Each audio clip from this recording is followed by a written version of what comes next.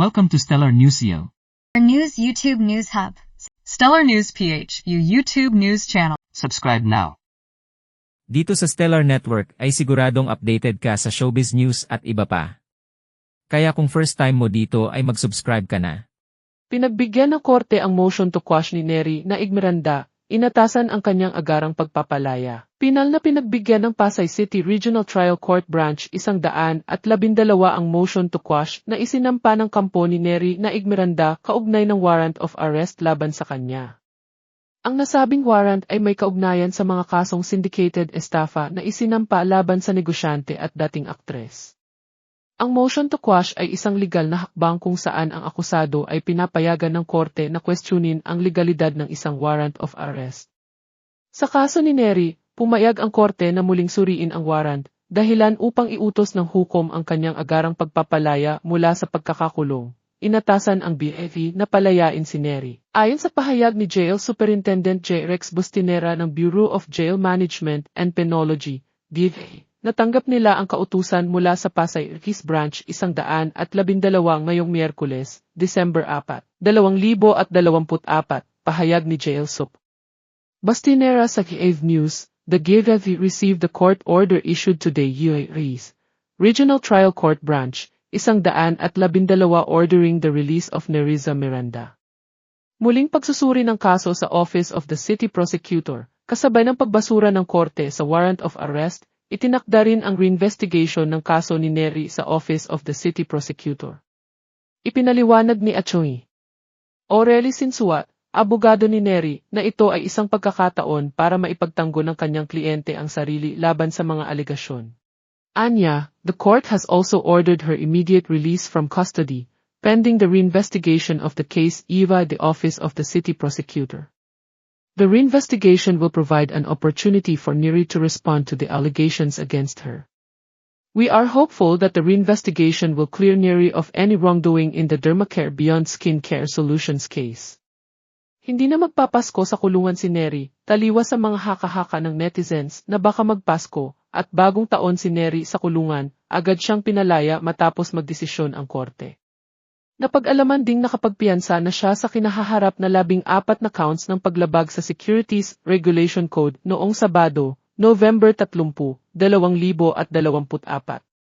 Ang kabuuang piyansa ay umabot sa FE 1.7 milyon, bagamat pansamantala ang kanyang kalayaan. Nakatakda pa rin ang arraignment at pretrial ni Neri sa December 11, 2024, na unang itinakda sa January 9, 2025. Patuloy na pagtutok ng publiko sa kaso, marami ang nakikisimpatya kay Neri, lalo't kilala siya bilang isang mabuting ina at asawa. Sa kabila ng kontrobersya, nananatiling buo ang suporta ng kanyang pamilya, partikular ang kanyang asawang si Cheto Miranda, na ipinagtanggol siya sa gitna ng issue. Patuloy na umaasa ang kampo ni Neri na mapapawalang sala siya sa mga alegasyon laban sa kanya sa muling pagsusuri ng kaso. Ang nangyaring reinvestigation ay inaasahang magbibigay linaw sa totoong kinasangkutan ng dating aktres.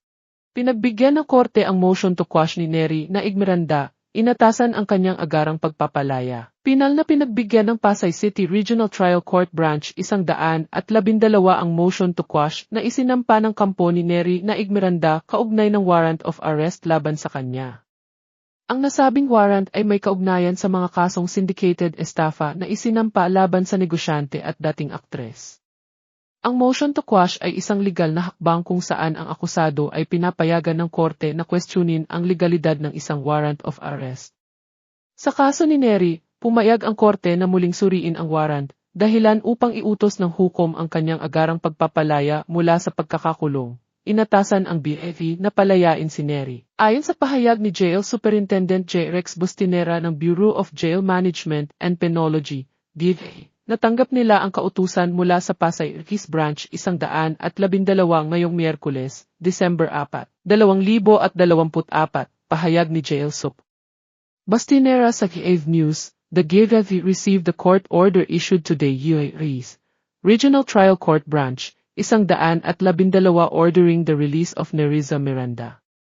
Muling pagsusuri ng kaso sa Office of the City Prosecutor, kasabay ng pagbasura ng korte sa warrant of arrest, itinakda rin ang reinvestigation ng kaso ni Neri sa Office of the City Prosecutor.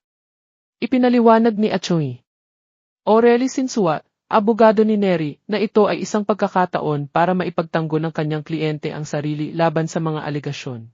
Anya, the court has also ordered her immediate release from custody, pending the reinvestigation of the case via the Office of the City Prosecutor. The reinvestigation will provide an opportunity for Neri to respond to the allegations against her.